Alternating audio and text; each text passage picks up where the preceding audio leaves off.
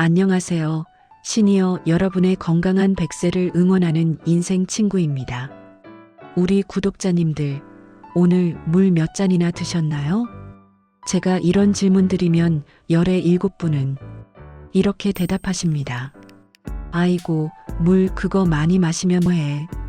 밤에 자다가 화장실만 들락거리고 귀찮아 죽겠어. 나는 목도 안 마른데 억지로 마시려니까. 물 비린내 나고 못 먹겠어. 네, 맞습니다. 그 마음 제가 너무나 잘 알죠. 나이 들면 방광도 예전 같지 않고 자다가 깨면 다시 잠들기도 힘들고 물 한 잔 마시는 게 큰 숙제처럼 느껴지실 때가 많을 겁니다. 그런데 여러분, 그거 아세요? 우리가 갓난아기 때는 몸의 80%가 물이었는데 60대가 넘어가면 50% 밑으로 뚝 떨어집니다. 한마디로 우리는 나이가 들수록 몸속 수분이 빠져나가면서 서서히 말라가는 과정에 있다는 겁니다. 피부가 쭈글쭈글해지고 입이 바짝바짝 마르고 눈이 뻑뻑한 것. 이게 다 단순한 노화가 아니라 물 부족 신호입니다. 그런데 더 무서운 건 우리 몸은 물이 부족하면 뇌가 쪼그라들고 혈액이 끈적끈적해져서 혈전이 생기기 쉽다는 겁니다. 결국 물을 제대로 안 마시는 습관이 치매나 뇌졸중 같은 무서운 병을 부르는 씨앗이 될 수도 있다는 거죠. 아니, 그럼 도대체 어떻게 마시라는 거야? 하고 답답하시죠? 오늘 제가 그 해답을 아주 속 시원하게 풀어드리겠습니다. 단순히 많이 마셔라가 아닙니다.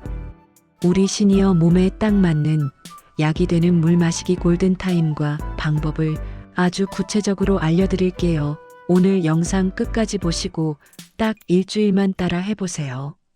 몸이 달라지는 걸 느끼실 겁니다. 자, 먼저 인정할 건 인정해야 합니다. 많은 어르신들이 TV에서 젊은 연예인들이 큰 물통 들고 벌컥벌컥 마시는 걸 보고 따라 하려고 하십니다. 그런데 그거 절대 안 됩니다. 우리 몸은 젊은이들의 몸과 다릅니다. 가장 큰 문제는 나이가 들면 뇌에서 목마르다고 신호를 보내는 갈증 센서가 고장 난다는 겁니다. 그래서 몸은 물이 부족해서 비명을 지르는데 입에서는 목이 안 마르다고 느끼는 거죠. 이걸 만성 탈수라고 합니다. 제가 아는 박 여사님 이야기를 좀 해드릴게요. 이분이 평소에 물을 정말 안 드셨어요. 이걸 밥 먹을 때 국물 좀 떠먹고 약 먹을 때 물 한 모금 넘기는 게 전부였죠. 그런데 어느 날부턴가 자꾸 어지럽고 기운이 하나도 없고 변비가 너무 심해져서 고생을 하셨답니다. 병원에 가서 검사를 했더니 의사 선생님이 깜짝 놀라시더래요. 할머니, 몸에 물이 너무 없어서 콩팥 기능이 다 망가지기 직전입니다. 라고요. 단순히 나이 들어서 그런 줄 알았던 증상들이 사실은 몸이 가뭄에 시달리다 못해 보낸 구조 신호였던 겁니다. 또 하나 정말 위험한 습관이 있습니다. 바로 찬물 벌컥벌컥입니다. 우리 최 영감님은 등산을 좋아하시는데 산 정상에 올라가서 땀 뻘뻘 흘리며 얼음장같이 차가운 물을 한 번에 들이키는 걸 낙으로 사셨어요. 그러다 얼마 전에 산에서 내려오시다가 가슴이 조여오고 위경련이 일어나서 119 부르고 난리가 났었습니다. 우리 몸은 36.5도인데 갑자기 4도, 5도 되는 찬물이 쏟아져 들어오면 식도와 위장이 깜짝 놀라서 수축하고 심장 혈관에도 엄청난 무리가 갑니다. 특히 고혈압이나 심장 질환 있으신 분들에게 찬물 원샷은 독약을 마시는 것과 같습니다. 물은 절대 차게 빨리 드시면 안 됩니다. 자, 그럼 어떻게 마셔야 우리 몸에 약이 될까요? 지금부터 제가 알려드리는 이 3단계를 메모해 두셨다가 꼭 실천해 보세요. 첫 번째, 아침 공복의 음양탕은 산삼보다 낫습니다. 아침에 눈 뜨자마자 가장 먼저 해야 할 일은 화장실 가는 게 아니라 물을 마시는 겁니다. 우리는 밤새 자면서 땀과 호흡으로 수분을 엄청나게 빼앗깁니다. 아침에 일어났을 때 혈액이 가장 끈적끈적한 상태죠. 이때 마시는 물 한 잔이 혈액순환을 돕는 윤활유가 됩니다. 그런데 그냥 맹물이 아닙니다. 음양탕을 만들어 드세요. 만드는 법은 아주 간단합니다. 컵에 팔팔 끓은 뜨거운 물을 절반 먼저 붓고 그 위에 찬물을 절반 부으세요. 그러면 뜨거운 기운은 올라가고 찬 기운은 내려오면서 물이 대류 현상을 일으키는데 이때 우리 몸에 가장 흡수가 잘 되는 활성수가 됩니다. 체온이랑 비슷한 미지근한 온도가 딱 좋습니다. 이걸 마실 때도 그냥 꿀꺽 삼키지 마시고 입안에서 가글 하듯이 우물우물해서 뇌를 깨워준 다음에 천천히 씹어 드세요. 이 한 잔이 밤새 쌓인 노폐물을 싹 씻어내고 장을 깨우는 최고의 보약입니다. 두 번째, 물은 식사 시간을 피해서 드셔야 합니다. 많은 분들이 밥 먹을 때 국물 없으면 밥 못 드시고 밥 먹는 중간중간 물을 자꾸 드시는데요. 이거 소화 망치는 지름길입니다. 위장에서는 음식을 녹이려고 위산이라는 강력한 소화액이 나오는데 물이 들어가면 이 위산이 묽어져 버립니다. 당연히 소화가 안 되고 더부룩하겠죠. 물은 식사하기 최소 30분 전 아니면 식사하고 나서 1시간 2시간 지난 뒤, 즉 공복 상태일 때 드시는 게 가장 좋습니다. 이때 마시는 물은 위장을 청소해주고 다음 식사 준비를 도와줍니다. 식사 때는 목이 메지 않을 정도로만 아주 조금씩 입만 축이세요. 세 번째, 잠자기 1시간 전 반 잔은 생명수입니다. 밤에 화장실 가기 싫어서 저녁 먹고는 물 한 방울도 안 마셔 하시는 분들 많으시죠. 심정은 이해하지만 너무 위험한 생각입니다.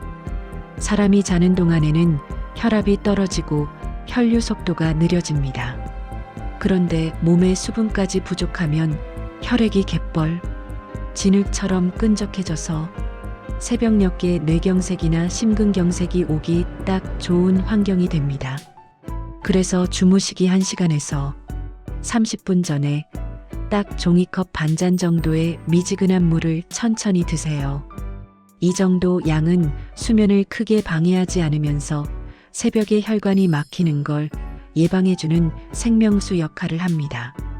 화장실이 정 걱정되시면 주무시기 직전에 꼭 소변을 한번 보시고 주무시면 도움이 됩니다. 그런데 이렇게 좋은 물도 맹물로는 도저히 비려서 못 먹겠다 하시는 분들 계십니다. 드시지 마세요. 스트레스 받으면 오히려 독이 됩니다. 이럴 때는 아주 연하게 끓인 보리차나 현미차를 드시는 게 좋습니다. 구수한 맛 때문에 목 넘김도 쉽고 보리나 현미에 들어있는 미네랄도 같이 섭취할 수 있어서 일석이조입니다.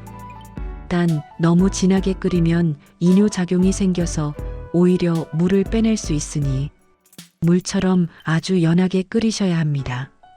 또는 맹물에 레몬 한 조각이나 허브잎을 살짝 띄워서 드시면 상큼한 향 때문에 마시기가 훨씬 수월해집니다.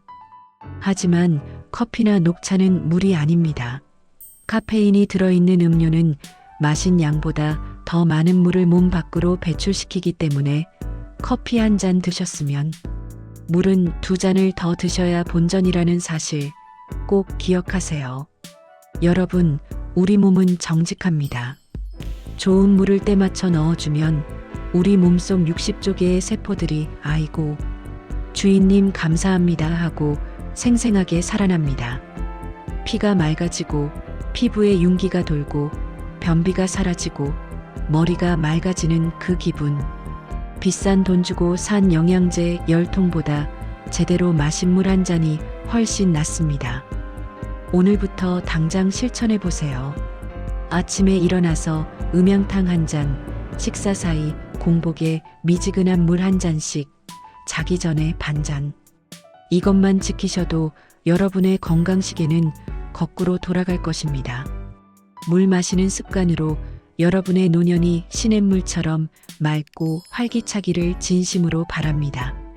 오늘 영상이 도움이 되셨다면 구독과 좋아요 꼭 눌러주시고 주변에 물 안 드시는 고집쟁이 친구분들에게도 이 영상을 꼭 공유해 주세요. 저는 더 건강하고 유익한 이야기로 다시 찾아오겠습니다. 오늘도 촉촉하고 건강한 하루 보내세요. 감사합니다.